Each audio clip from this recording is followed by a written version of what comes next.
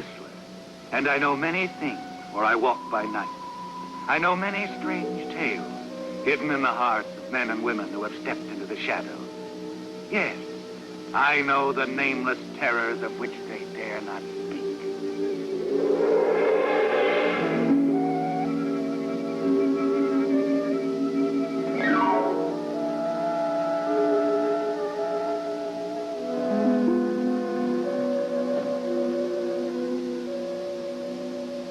It had taken Eddie Davis exactly 2 years to swing it.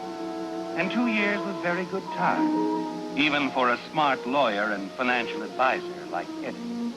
They all thought he was crazy when he left a promising job with the established firm of Garden, Walker, and Reed, with the idea of setting up his own practice with just one client in mind. Jackson, I appreciate you seeing me like this. I've looked forward to it for a long time. Sit down, Mr. Davis. Thank you, sir. You say you were with Garden, Walker, and Reed? You've heard of them? I should say I have heard of them. Biggest firm of real estate lawyers in town.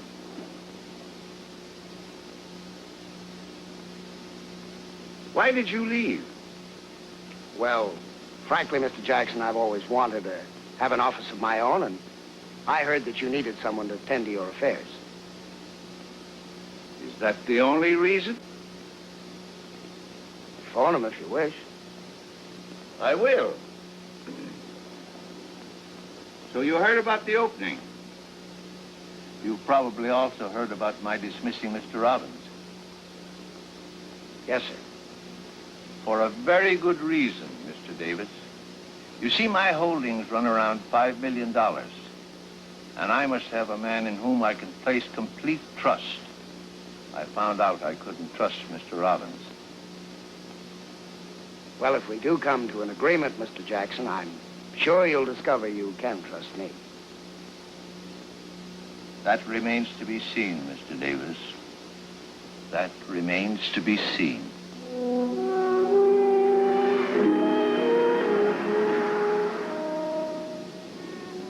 Yes, you went to work for Peter Jackson. And in the months that follow, you study Peter Jackson until you know him like you know the contents of the civil code books in your office. You must learn what pleases him, his hobbies, the things that make him laugh. But above all, you've got to know how to handle his affairs. And soon, the desired results from your plan. Well, there she is, boss, and she's all yours. That's wonderful, Eddie. Wonderful. Oh, there's nothing to it. You mean to say old Hamilton didn't know that the hotel chain wanted that property of his? Well, if he did, do you think he'd let it go for $40,000? Oh, well, believe it or not, it isn't the money this time. For the first time in my life, I got the jump on Hamilton. You're doing a great job, boy. A great job. Thanks, boss. Thanks.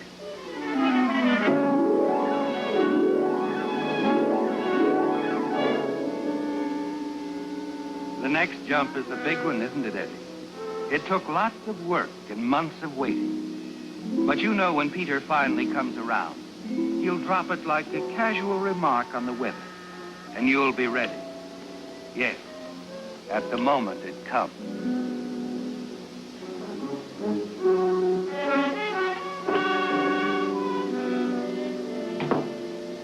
Yes, Pete? Eddie, I want you to check on that lease renewal on the 48th Street piece. Comes up on the 12th. Right. And while you're downtown, drop in the bank and pick up my will you? Sure. I just want to have a look at it. Okay, I'll pick it up this afternoon. You're not going to ask me why? Well, frankly, Pete, I think it's your business. I'm glad you look at it that way. You know, Eddie, I've been doing a lot of thinking for the last few months. A man becomes a little philosophical when he passes the 65-year mark. Something suddenly seems awfully silly to me. Silly? What do you mean? Slaving and working to make another million. Working for someone 3,000 miles away that I've never even seen. The beneficiary, a distant relative, Marvin Shelby, lives out in Vancouver. British Columbia.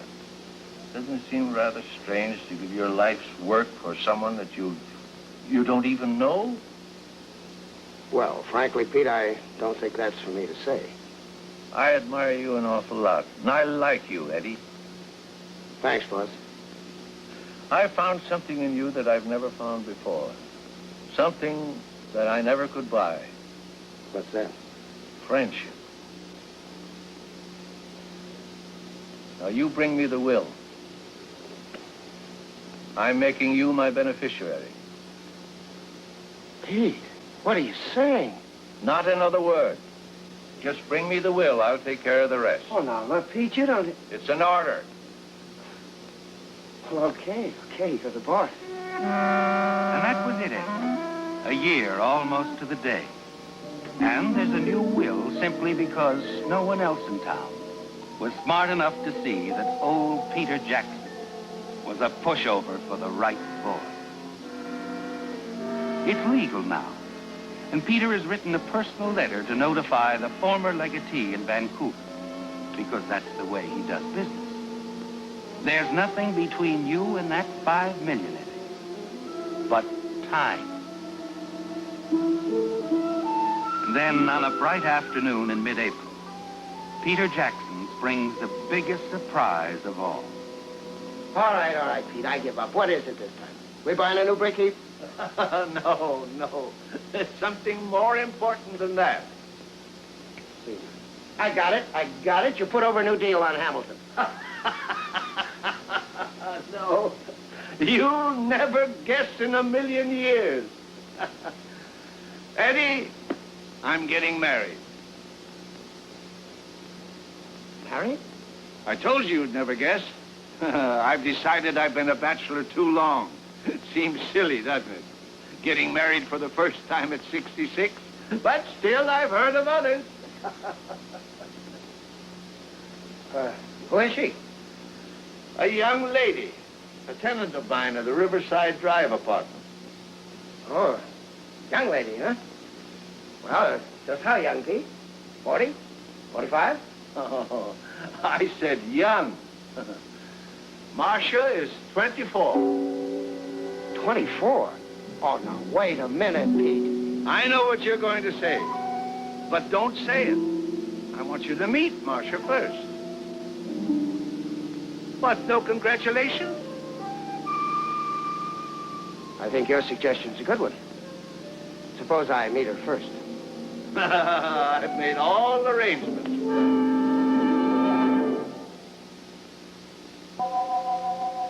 Peter Jackson couldn't have done it better with a baseball bat, could he? As you listen to him talk about Marcia McElroy, you begin to figure your chances of holding on to that $5 million, if the marriage goes through, are about those of a lame goat in the Kentucky Derby. Marcia, dear. Mr. Davis, my attorney. Eddie, this is Marcia McElroy, my fiancée. Hello, Mr. Davis. Peter told me so much about you. What's the matter, Eddie? Cat got your tongue? Oh, I'm sorry.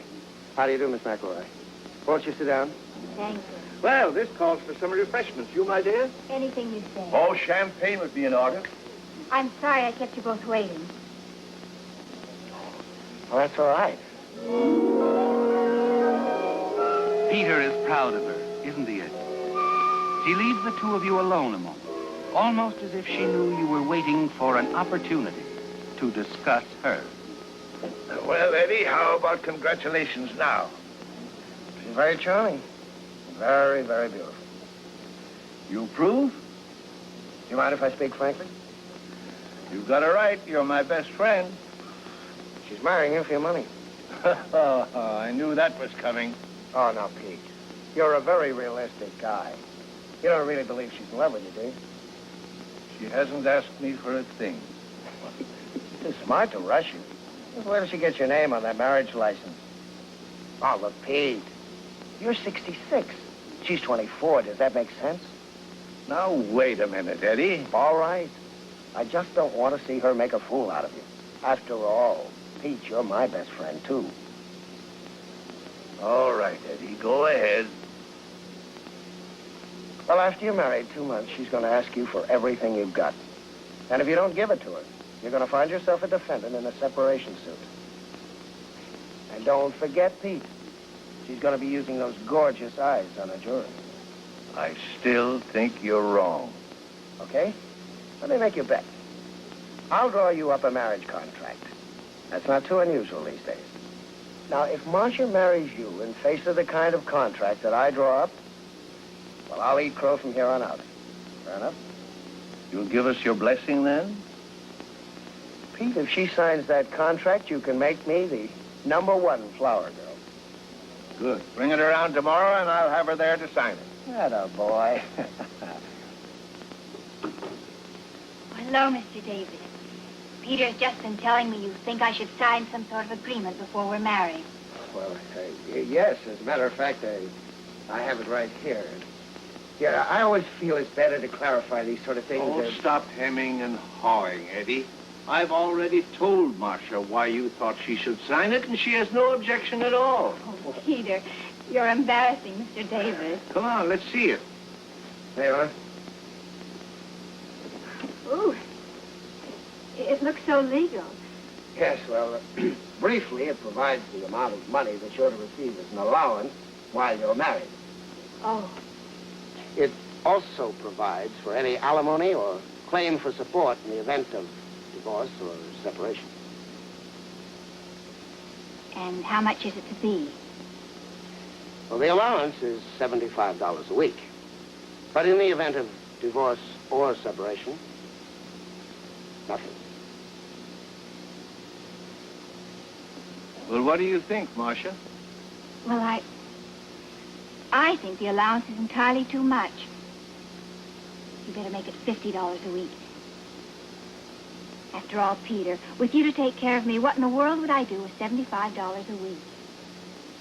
Do you have a pen? Oh, yes.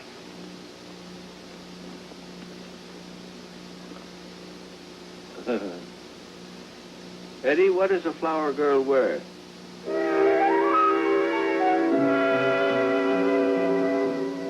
I do wish you'd change your mind about coming to the wedding, Eddie.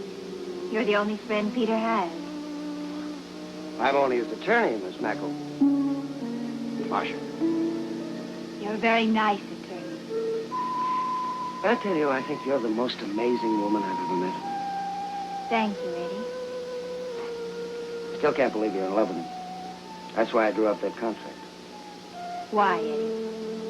You're so young, so beautiful. Tell me, what do you really see in him? Sometimes that's a little hard to explain, Eddie. I guess I just don't want to see you marry him. Why? Perhaps we better not go into that right now, huh? However, I want to tell you, I don't understand it. I guess I never will. Eddie, do me a big favor, will you? You look at me like that, I guess I just do about anything. Come to the wedding. All right. All right, I will. But But what? I'm not going to like it.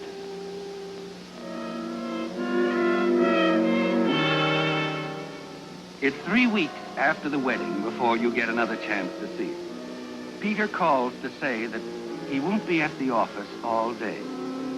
And you're working alone when... Well, hello, Marcia. How's the bride? Happy, thank you. Sit down, won't you?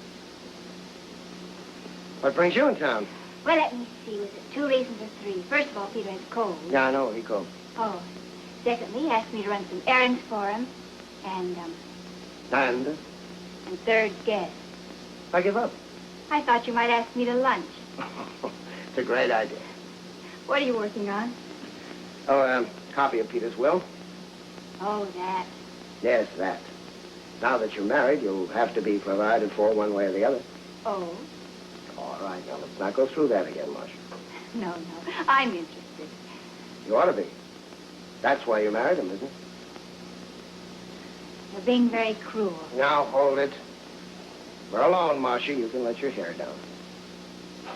I'll admit you gave me quite a turn in that marriage contract, but they usually settle, you know, for ready cash. Please. Really, I'm trying to make him happy. I'm trying to give him something to believe in. Can you understand that?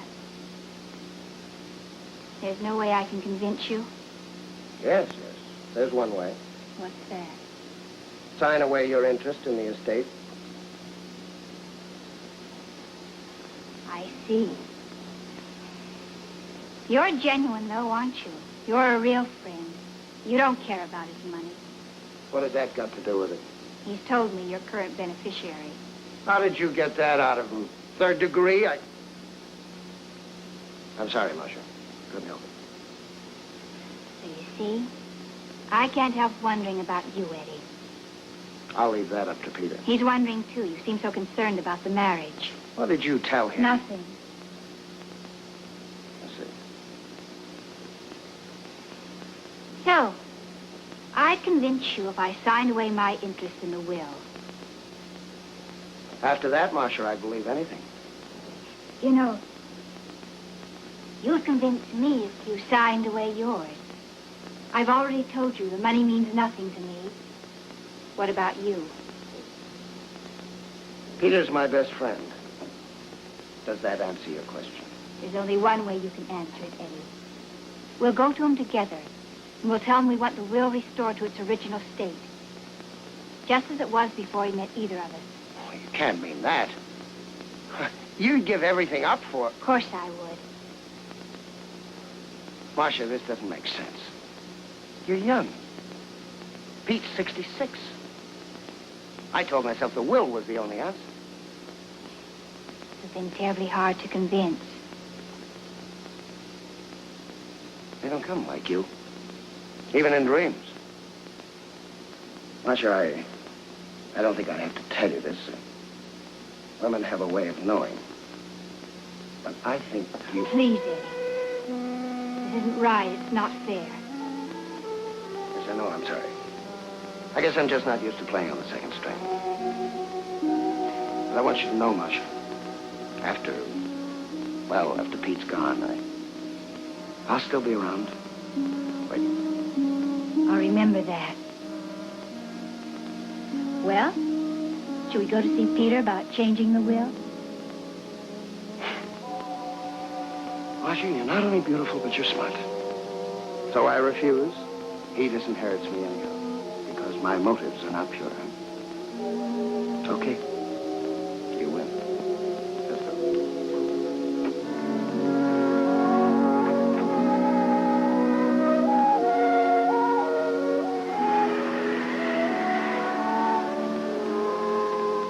Well, Eddie, for the present, your dreams of the $5 million have fallen to pieces before this girl whose only weapon is honesty. It's a week after the new will is signed, reinstating the original beneficiary, that, at Peter's request, you have taken her to dinner. Marcia. Yes? Oh, guess we better skip it. Eddie, what are you trying to tell me? You started to say something 3 times in the last 5 minutes. Well, about the will. Again? Again. And believe me, this time I'm thinking only about you. What is it now? Well, he ought to provide for you. It's your legal right. I told you I don't care. Well, maybe you better know the rest of it. The will is signed and witnessed on the 3rd page. I drew it up that way. It's still down in my office safe. Well, I don't see what difference that makes. Well, it's just this, that the beneficiary is named on the 2nd page. Wouldn't make any difference at all to Peter if I drew up a new page and named you as the beneficiary. Eddie, that'd be forgery. I know it. But for you, I'd take the chance. Now, believe me, Peter doesn't give a rap for that guy in Vancouver. He told me so. I don't want you to touch it. Is that clear? You mean you might expose me if I did it? I don't know. Just promise me you won't change it. Well, Maybe we better not talk about it now. It's for you, Mrs. Jackson. It's urgent, I believe. Hello? Oh, Mrs. Jackson. What's the matter? Peter, he's had a stroke. Peter. I'm afraid Mr. Jackson's gone.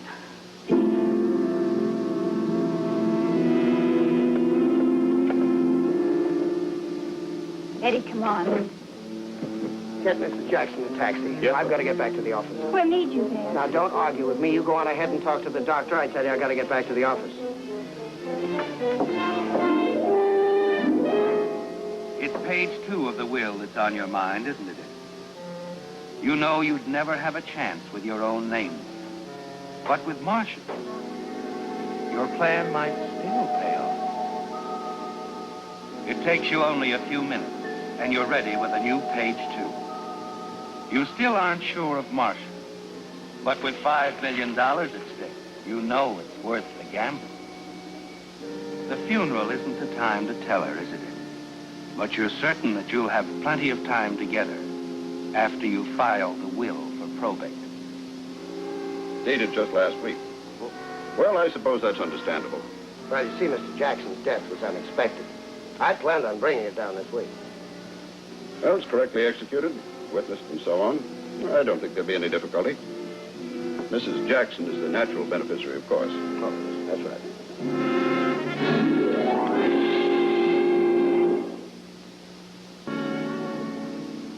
The future looks bright, doesn't it, Eddie? Yes. The dreams, the visions of you and Marcia and the late Peter Jackson's $5 million are about to become a reality. And a few days after the will has been properly filed, you can scarcely wait to hear Marcia's voice again. Hello, Anna. Mrs. Jackson there? Oh, Mr. Davis, didn't you know? She's gone away. She left right after the funeral. Where? She didn't say, sir. Did you get the note she left for you? It should be on your desk. I brought it down myself. Thank you, Anna. Goodbye.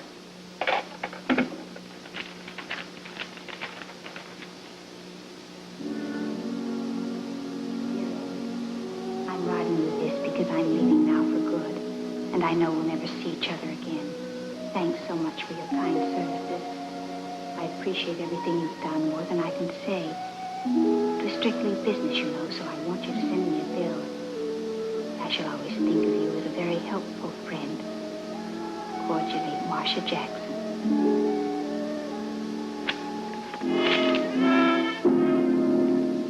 Cordially, Marcia Jackson. Well, that's about all of it.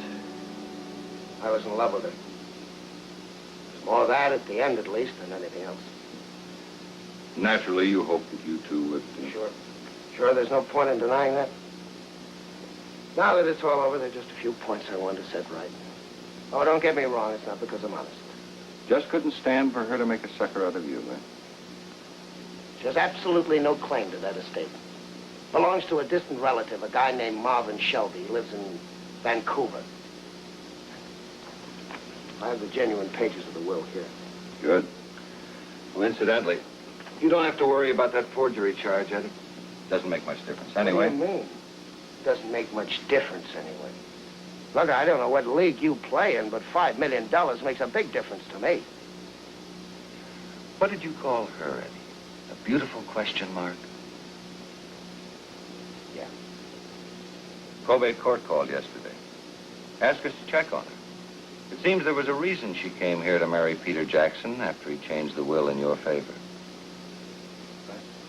Thought there might be a loophole somewhere, possible fraud. But there isn't any. She's too smart. It seems that she was on the right side. That's always hard to beat. What do you mean she was on the right side? She had a perfect claim to those millions. Before she changed her name legally to Marcia McElroy, it was Marvin Shelby.